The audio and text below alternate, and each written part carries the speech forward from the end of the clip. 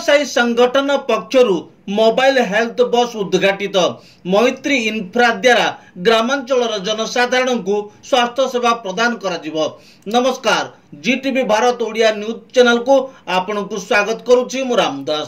Channel को subscribe करनथिले subscribe करंतु। खबर टी शेष जाए देखंतु। आवश्यक स्थले कमेंट करी सचेतन करंतु।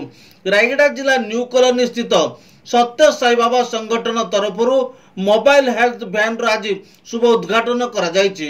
मैत्री इन्फ्रा तरफरु अंचल एही मोबाइल बस सेवा प्रदान करा। रायगड़ा जिलार ग्रामांचल स्वास्थ्य सेवा जगाइबार एही मोबाइल स्वास्थ्य सेवा बस काम करिवो। जथा गर्भवती महिला, दंत चिकित्सा और साधारण औषध देवार एही मोबाइल हेल्थ वैन काम करिवो। उक्त बस उद्घाटन अवसर में एक बैठक अनुष्ठित होइतिला। बैठक में रायगड़ा आरक्षी अधीक्षक हरीश बिशी मुख्य अतिथि भाव जोग देइतिबा बेले मैत्री कंपनी अध्यक्ष टी श्रीनिवास राव और मैत्री कंपनी ईडी सत्यनारायण प्रमुख योगदान करथिले। उक्त बैठक पर मोबाइल हेल्थ केयर शुभ उद्घाटन करा जाइतिला।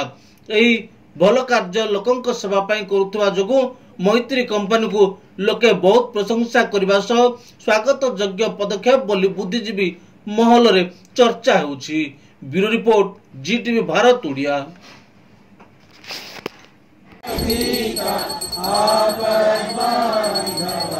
ओम जय जगदीश हरे। माता पिता गुरुदैव मरियम तयुनीरे, स्वामी मरियम तयुनीरे। नाद ब्रह्म जगन्नाथ, नाद ब्रह्म जगन्नाथ, नागेन्द्र शयन। ओम जय जगदीश हरे।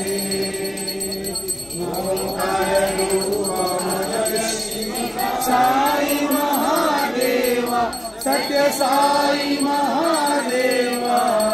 मंगल आरती, मंगल